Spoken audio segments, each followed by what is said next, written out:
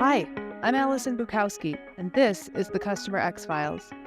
Professionally speaking, my background is rooted in marketing, but last year I ditched the CMO career path and followed my true passion, putting the customer at the forefront of business strategy. You could say I'm all in on the overall customer experience. As I always say, we are people before we're professionals, so personally speaking, you'll often find me spending time with my teenage daughters, traveling, cooking, exploring thrift shops, or hiking on secluded trails. Tom Petty fills up much of my playlist, British programming is often on TV, and as an English major, oddly, my reading list is surprisingly short. But there's only so many hours in the day, the cats knock my book away, or the dogs are begging for me to take them for a walk. More importantly, thank you. Thank you for joining me each and every episode with my incredible guests. We're so happy to have you here and so happy to have you join the conversation. Hello, everybody. Thank you so much for tuning in to another episode of the CustomerX Files. I am super excited today to speak with Asha May, and she's many things, but we started talking and it's very exciting that we're going to get her perspective on customer success and the intersection with customer marketing and advocacy. So we're going to dive into that in just a second. But professionally speaking, allow me to introduce my guest. Asha brings hands-on experience and strategic thinking developed throughout her 20-plus year career. She's had roles focused on marketing, customer success, program strategy, business development, and finance. And as a fellow CX leader, Asha's focus is catalyzing customer focus and collaboration to drive a consistently extraordinary customer experience. So you can see why I'm really excited to chat today. She's had a lot of success with her approach, aligning one-to-one efforts of customer success with the one-to-many customer experiences that are provided throughout the organization. Personally speaking, because you all know we are people before professionals, Asha remains true, though, to her professional passion of creating great customer experiences by immersing herself in new experiences, which I love. She loves to travel, especially with her two children. When she's closer to home, she tries to get in as much skiing as possible in the winter and then spends time on the links in the summer. She, like me, enjoys experimenting in the kitchen and then also testing her creative skills with DIY projects. We might have to hear a little bit about that as well. Welcome, Asha. Thank you for joining. Thank you so much, Alison, for having me. I'm excited about this conversation. So I have to ask, what's the current DIY project? I am renovating my kitchen with the help of my partner. And so there are certain things that I've found cool companies to source, and then there's a lot of elbow grease going into hanging up new doors, putting in new soft closing hinges, changing the color scheme. So it's a combination. I love it, and hats off to you, because I'm always a little intimidated by those sorts of projects. I mean, painting, replacing a faucet, something like that, I'm okay with that. When you start talking about full demo and reno, I'm impressed. So I might have to ask you for tips when we get to the point of building our new home. And I have to ask, what color? Because I'm going from a natural cherry to a brighter white. Very in, and it's very clean.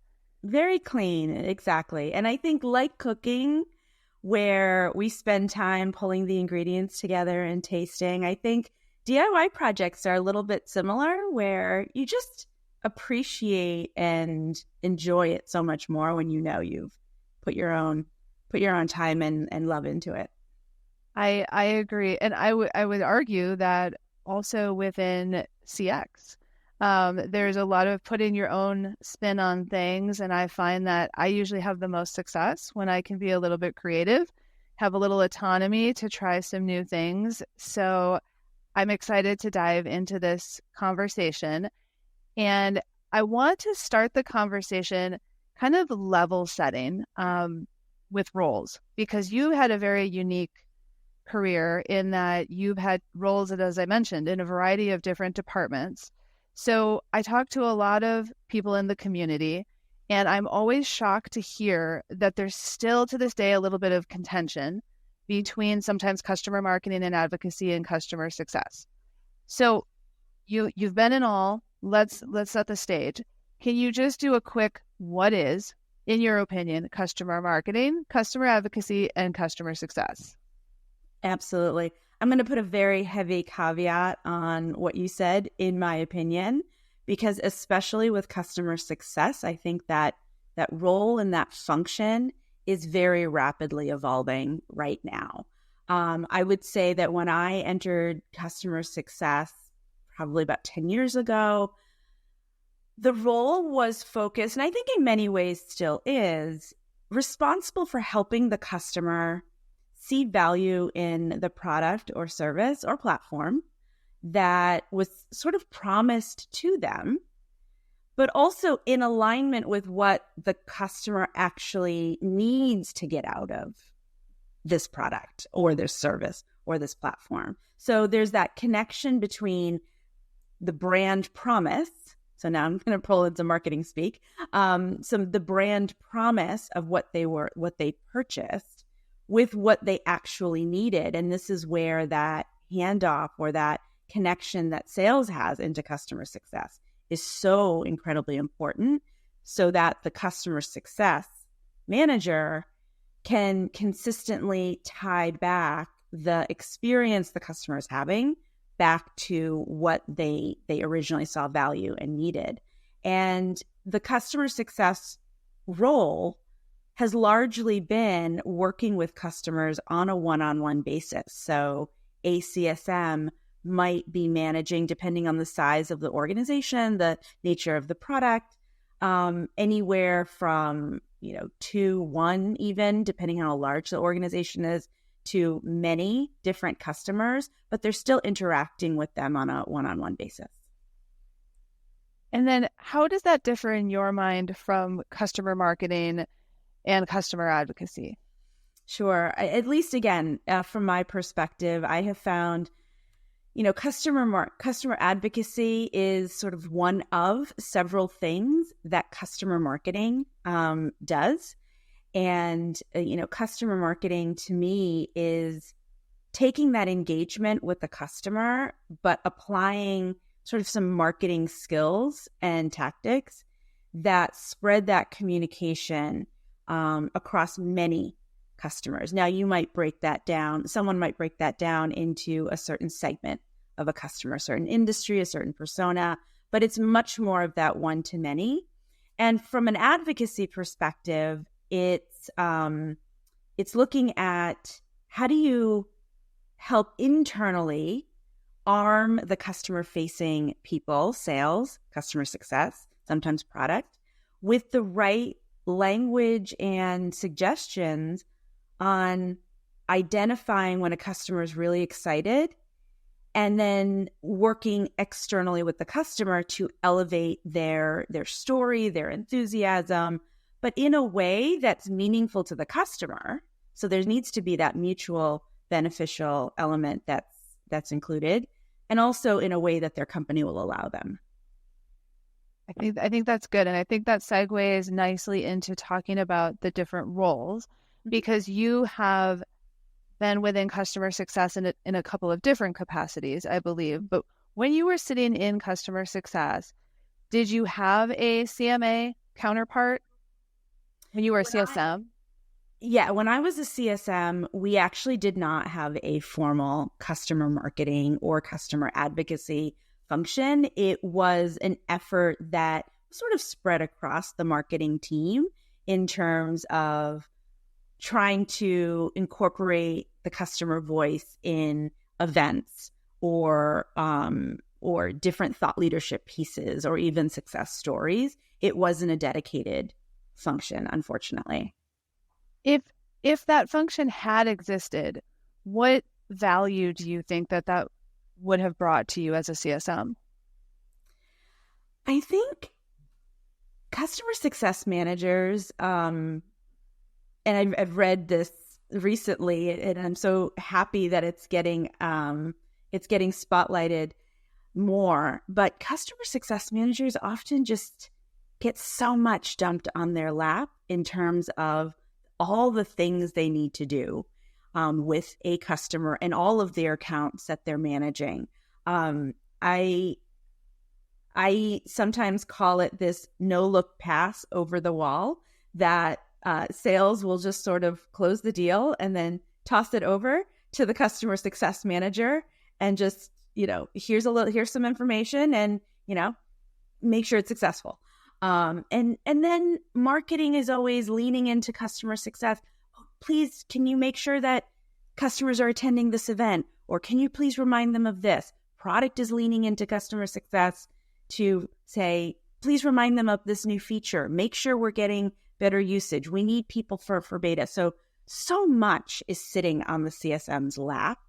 And to remember that I think the value for having a customer marketing function in partnership with that CSM is to allow the customer marketing program to take on some of those communications around the product, around different things happening within the organization that is valuable for the customer to know, and for the CSM to use that as more of a reference tool rather than having it all sit on their shoulders. And this would then free up the CSM to focus on the very specific needs of the customer and making sure that those conversations are a lot more strategic. And I have to go to this question next, because I talk to a lot of CMA professionals, and I'm always surprised to hear about kind of barriers to success that exist between, and I'm just using CMA as the broad term, and customer success. When did you experience any of those barriers and challenges when you sat in a CMA role and had to partner with CS? Yes, I think there's definitely some unknown in terms of what the outcome needs to be. And customer success managers work hard to really establish a strong partnership with each of their customers. And now, when I say each of their customers, we're talking different personas within a customer organization as well, right? We're looking at the executive, we're looking at the champion, the person who's typically the one engaging with the CSM. And then oftentimes there's even a third persona, the user. Now, depending on the size of the organization, those three personas could, all blend into one or two people. But the reality is CSMs work so hard in developing a trusted relationship with that customer that unless they're really clear on the motivations and the desired outcome that the CMA professional has, I think that's what often leads to some reservation. And also, if the customer marketing or advocacy program hasn't been communicated that one of the biggest things that we're trying to do as a CMA professional is making sure we're not ever overusing a customer. And I think that's an important part that needs to be communicated as well. I mean, at the very basic level, Alison, I would say the first thing I've always done when I've stepped into a new organization in a CMA role is really to establish trust with both the CSM as well as with sales, because ultimately, going back to what I said before, they've invested so much of their time and effort in establishing a strong relationship with and a partnership with the customer that they're hesitant to just hand that person over when we hopefully want to do a story or somehow elevate that customer. And I think it's worth calling out here that it's really interesting. This is why I wanted to have this conversation, to have your perspective, because I'm sure there are folks listening that are thinking about, well, those are some of my challenges and barriers as well, whether it's with CS or I have that with sales, or I have that with some of my marketing counterparts. So if it's okay with you, I would like to, I want to drill down into a couple of these and tap into your experience and expertise to help others figure out, like, okay, how do we do some of these things? And let's start with, I think, maybe the most difficult one, and that's that trust piece, right? What you're saying, and it makes complete sense because, again, right, cut from the same cloth. You work so hard to develop these relationships with customers, and you're naturally protective of those relationships. So, what are some ways that customer success and CMA can get that trust built? Because I agree, that's the foundation. I think there are two things. One that's in the hands of the CMA professional, and one that might not necessarily, but they still need to try and help that and make that happen. And that second one, I think, is the leaders for each of the organizations. I think if the CMA professional sits within typically marketing, the leader within marketing and the leader within customer success really need to be aligned. And there needs to be a commitment at that level and understanding of what the goal of the CMA professional is. And that needs to then get communicated down through each of the management layers within customer success as well. I have found that once that is established, it is so much more helpful so that it doesn't become a who's getting credit. In some ways, I worked at an organization where, in a very positive way, it was the focus of the CEO that we really need to make sure we get the customer's voice in everything that we do. Now, that's wonderful and positive. The challenge became that then everybody wanted to demonstrate that they brought the customer voice in. And when you think about the customer's experience through that approach, it starts becoming really complicated for the customer because now everybody's reaching out to them. And by everybody, sales, customer success, product, and then you've got the CMA, and then you probably have other people within marketing as well. So I think if you think about it from the customer's perspective and you're really trying to ensure that they have the best experience, getting that alignment at the executive level and ensuring that we're not operating in these silos when we're trying to engage customers to participate in different things is incredibly important. I think the second thing that I wanted to mention is getting involved in and almost becoming part of the CS team. I know even if you're sitting in marketing, getting involved and participating in their meetings. And I often would do that, both the managers within CS as well as participating in the individual drill down meetings with the different teams.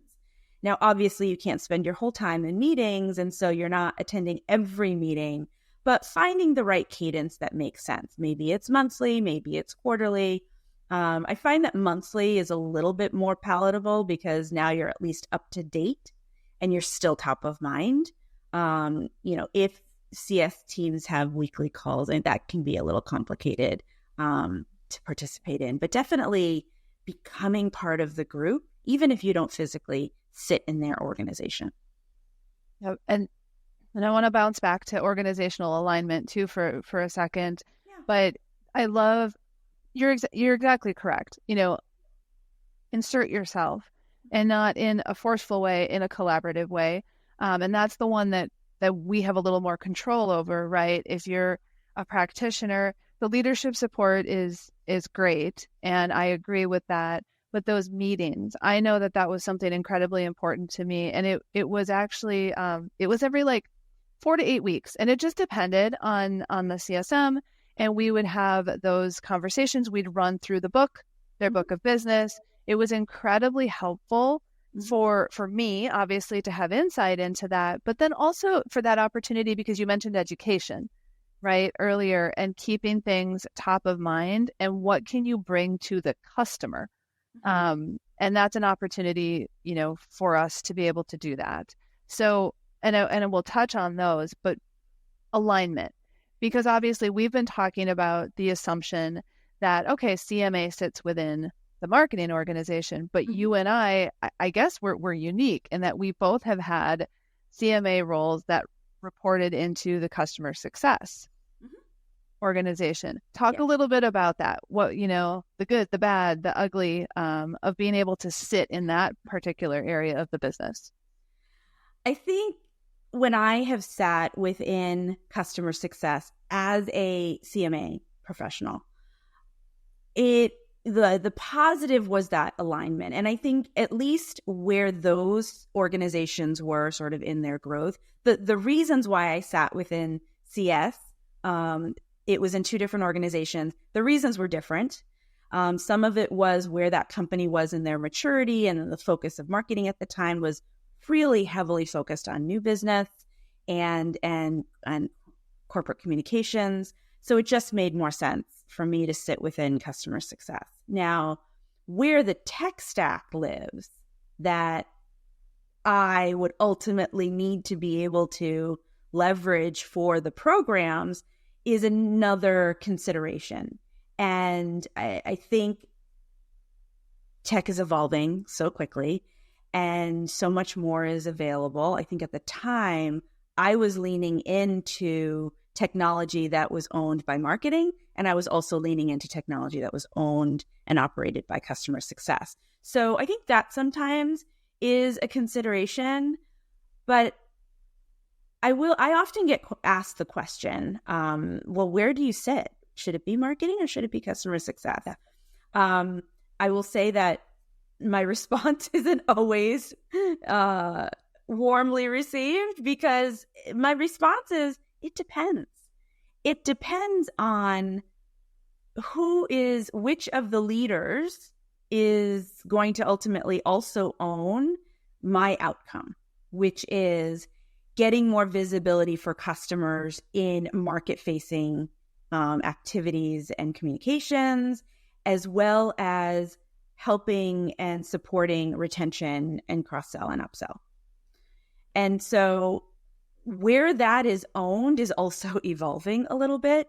I was listening to the CRO of Calendly, Jessica Gilmartin, and I felt so validated because she said out loud the thing that I know I've experienced, which is that oftentimes marketing is so hyper-focused on new business and visibility of the brand that they often don't know or understand what happens when the contract gets executed.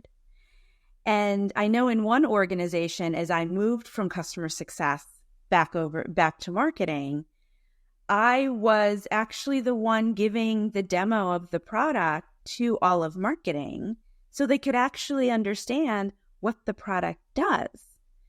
And it's not that they don't want to, it's that they also have a lot that they're tasked with in terms of building the funnel, working with sales, and building that pipeline, and getting visibility for the brand. So I would say that it's important to make sure that the outcomes of the role are aligned with the outcomes that executive that you're aligned with. And that really determines which part of the organization. Well, for whatever it's worth, I agree with you completely that the answer is it depends. And I know that we just seek those black and white answers, and we want it to be simplistic. Yeah. But sometimes it simply is not. And it does have a lot to do with the business, sometimes where they want to focus. So you already kind of touched on that net new logo acquisition versus the retention. And that tends to ebb and flow as well, right? Sometimes having to do with the economic landscape, but it also can have to do with simply the leader that is looking to bring this function in. When I sat within the customer success organization, it was absolutely a focus on customer experience and retention. And it made sense. And I, didn't engage that much with sales. Now, I think that's the exception to the rule. And I think that organizations are starting to catch up. Yeah. And, those that are a little more progressive are doing that. But I agree with you. And maybe if we have some time, we'll talk a little bit about just even within marketing, some of the barriers to success. But I do want to go back to, we talked about that trust piece, right? And so for a lot of the CMA professionals, and how do I forge that relationship from the education and the goals piece of it? And I'm going to put those two together. You had mentioned, it's good to have, we talk about alignment with goals and things like that, but can you give some just really tactical kind of ways that CMA can help their CS counterparts and to accelerate that piece of it, the education on the program and then the goals that they're trying to meet together? So I would say from an awareness and education perspective and also building that trust, one thing that I've always found to be very important is in my commitment to customer success and to the CSMs is anytime, and sales for that matter, anytime I engage with the customer, they are aware. My goal is to make sure they never feel blindsided about anything that I've communicated to the customer or an experience the customer might have had coming off of maybe an interview or a speaking engagement or anything that the account team, so I'll put sales and CS in that together as the account team for that customer. I always make it very clear up front, I will always keep them in the know. And I think that is always appreciated, and it manifests itself in different ways. So for example, when we talk about how can a customer be nominated to be a potential advocate, of course, I invite the CSM and the sales if they want to. They're more than happy to sit on the call and listen in to my conversation, but to allow me, once they've introduced me, to allow me to have that conversation with the customer. Because I also try and establish myself as a different role and in terms of what I'm trying to achieve in partnering with the customer. And in a way, I try and protect the salesperson's role and the CSM's role. I'm trying to help the customer. I'm trying to understand what does the customer find as exciting, and what are they trying to achieve? What is mutually beneficial for them? What are their personal motivations? And I've had sales and CSMs come back to me after one of those calls, and the customer would have shared something that the CSM never knew.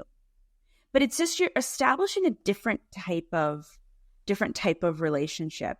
And so keeping that open and really transparent, I think, is helpful in winning that trust and helping to educate. Now, it's a slower process because you're doing it one by one, but it really helps educate the CSM and the sales rep on sort of what you're trying to do with the customer. And so that they realize, okay, this is a partnership as well for them and not something that I'm going to be stepping on their toes. The other piece I would say is that anytime we have the opportunity internally to elevate the customer, I try and find opportunities like at an SKO, for example, a sales kickoff, where if we're going to be spotlighting a customer, this is internal. So why not invite the CSM and the sales rep to also talk more globally about the program as well? Maybe it's a video, maybe they're on stage, but why not let them do it together? And now you're spotlighting to the rest of the CS organization one of their peers. And I think there's a lot of goodwill that gets developed there in that way as well. I love that. I love that suggestion. You said so many good things. So I'm recapping. I agree with you. Over communicate and be completely transparent. I still, to this day, when I'm kicking off those kinds of relationships, I say, I'm sorry that I may become annoying because I will communicate with you everything that I'm doing. And the thing with that is you need to do that to establish that trust. And then as the relationship grows with the CSM, you don't have to as much anymore because it's formed. That bond has formed and they do trust you. But in the initial stages, love it. Be transparent, over communicate. I love that you called out the establishing your role because I don't think that, especially maybe newer professionals in the CMA space, it's a little gray right now. And that's not their fault. That's just because there's so much, to your point, being thrown at them, but establishing your role and how it's distinguished. Yeah. I love that you called that out. And then the feedback loop, how important that feedback loop is. And then I really, really like also elevating the CSM. We spend a lot of time talking about elevating customers, but the philosophy is the same, right? People want to be appreciated, acknowledged, and seen. Yeah. So thank you. There's 4 just pearls of wisdom. What about and I want to go back to one thing we were talking about, net new logo versus retention. And it still seems quite skewed. I mentioned that. Why do you think that is? That CMA is typically so much more focused on leveraging advocates in a net new sort of way versus retention? I think this probably goes to maybe the who's sponsoring the role to some degree. I've seen advocacy roles sitting within corporate communications, within marketing, and it's very important. I mean, I think the customer, well, let me go back. What's very important is that the alignment with corporate communications then means that they're doubling down on making sure that the customer voice and their range of customers are visible in their market-facing messaging, in any of their communications and their stories, thought leadership, so forth. So that adds validation to their message. But again, this goes to what I said earlier, that oftentimes there isn't any clarity on what's happening after the contract executes.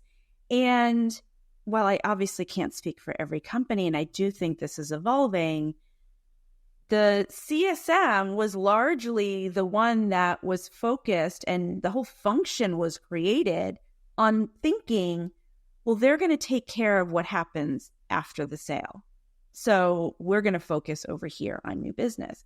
And the reality is, and more leaders in marketing are being asked to lean into the cross-sell, upsell, and supporting retention as well, just from a programmatic perspective. I think that is a little bit as to why the customer stories have been the focus. But if you look at, there are these functions that are coming up rapidly that are being called digital CS or scaled CS. And if I look at when I stood up a community several years ago, it was with the focus of how do we better engage our users? Within that organization, the users sat within a different part of the customer organization than our buyer did. And there was already friction within their organization that we had nothing to do with. But that friction already existed. But how do we overcome that? Because we still need to be successful. We need to make sure our customer is successful. And so we pretty much launched, even though it was just a community and people were viewing it as, oh, it's a place that people can hang out and talk to each other. No, it was an opportunity to create digital engagement. Where now I'm also a big believer that we as consumers have already been taught and learned very quickly on how to self-serve. We don't make a hotel reservation or a restaurant reservation without first checking what other people's reviews are or how popular it might be, or if there's any negative reviews. That behavior has spilled over quite loudly into the B2B space. And so how do we make sure that there's that same self-service capability? Because sometimes we're working, especially in this remote world that we've largely moved to, sometimes we're working on our own timeline. So there's that self-service capability, there's the digital engagement that I think weaves in nicely with some of the advocacy programs that leans into some of the more marketing skill sets. And where that's living is sometimes CS, sometimes marketing. But I think there's a lot more collaboration between CS and CMA that is happening without it being defined as it happening. And so as we kind of close this conversation, it naturally segues into CX and what, we're referring to as customer experience. I know that's something that we both feel very passionately about. And everything you're describing is really, that's what that is lifting up, and not just we need this because we need it. That's not really much of an answer. Why? And what is the impact? And that's what I think you're describing when we're starting to see. So I always kind of ask the advice question at the end of these conversations, and I'd like to be very specific with you, because I know how you feel about CX. What is your advice for leaders in organizations about customer experience? And that can be general. It can be about a role focused on it, however you would like to take that. But what would you say that they need to focus on from a CX perspective? I would say the customer journey, and the customer journey from the customer's perspective. It seems so simple, but I've run customer journey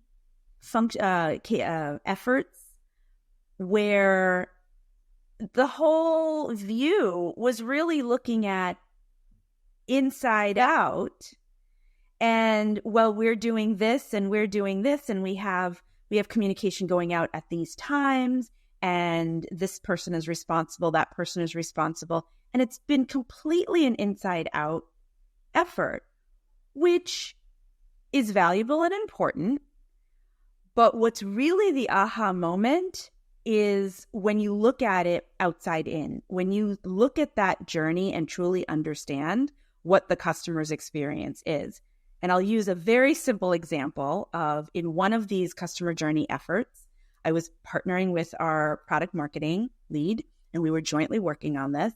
And we stapled ourselves to a $0 sale and, put in a personal email account.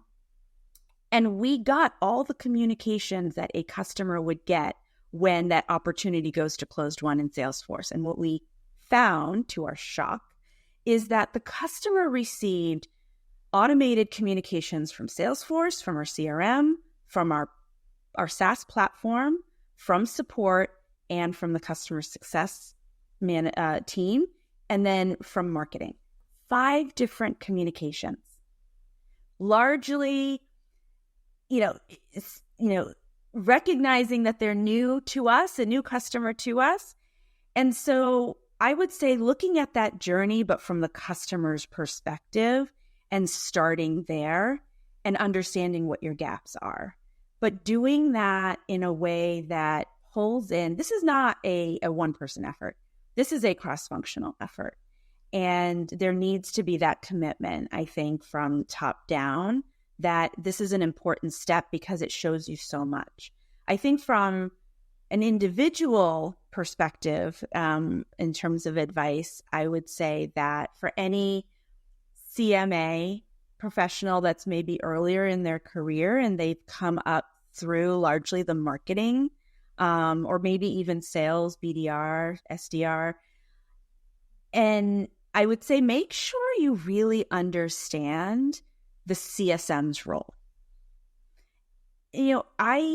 My first, when you read my, when you introduced me and you said that last piece in terms of what I did, my background in finance, my degree was in accounting. I was a controller for Marriott Hotels. And in that training program, that management training program, I, as an accountant, had to spend a week in banquets, a week in the front desk, a week in housekeeping, and it's almost as if my career has come full circle, because the one thing that was ingrained in us, even though I was back office, I was managing the P&L for a particular part of the hotel. Every one of us touched the customer in what we did. And so I think that is so similar to what our function is as CMA professionals and what we're trying to do within the organizations that we work in, is communicate that this is a collective effort. But I also think that there needs to be some cohesion. There's this big debate around this idea of, Frank Slootman talked about how customer success is everybody's role. It doesn't have to be a dedicated function. I'm not going to get into the words of wisdom from Frank Slootman, but I also think that if it's everybody's role, it's nobody's role. And I think what we as customer marketing and advocacy professionals have the ability to do is to create that connective tissue in the customer's experience with all the different teams that the customer touches. So sales, customer success, product, and really create an experience and be that connective tissue. I love that. That connective tissue is a phrase that I've been using for quite some time, as I think many of us have. Yeah. And that was one of my drivers to move into CX from the CMA world, to really be that tissue across the organization. And I think that you said if it's everyone's job, it's nobody's job. And I really believe that to be true, in the sense that it's nobody's job because I don't think anyone has really put it under the microscope and explained, again, the why behind it. So I think those insights are spot on, and I love the outside in. And then I think we need to do inside out, but we need to be better. And your description of that role with the rotational program, I love a rotational program. And it's usually younger professionals that go through it, right? Like, you're coming in and you're experiencing. I personally think every single person who comes into an organization should have to do that as part of their onboarding, not like 3-month stints or anything like that, but a session that can be committed to understanding the roles. And that's really the key piece of it. So thank you so much. I have actually 6 more questions that I've jotted down from this, so we might have to have a part 2, but I really appreciate you shedding light on this particular topic, Asha. It's incredibly important for CMA professionals to hear that perspective. So thank you again for joining. This has been really a pleasant conversation. Well, Alison, thank you. I mean, you've done so much just to shed more and more light on customer experience and really raising the efforts of what customer marketing and advocacy people are trying to accomplish in the organization. So thank you, because you've been really helpful in spotlighting that as well. And I think it's so important. Thank you. We're not going anywhere. Okay. Thanks again for listening. If you enjoyed today's episode, please feel free to bookmark it wherever you get your podcasts. Don't forget to follow me, Alison Bukowski, on LinkedIn. And a special thank you to Point of Reference for supporting this podcast. For over 20 years, Point of Reference has been the Salesforce native solution to solve a myriad of customer advocacy and reference management challenges. It's our goal to elevate the professionals within this space to achieve business goals and drive their programs forward as vital to business success. Contact me to learn more.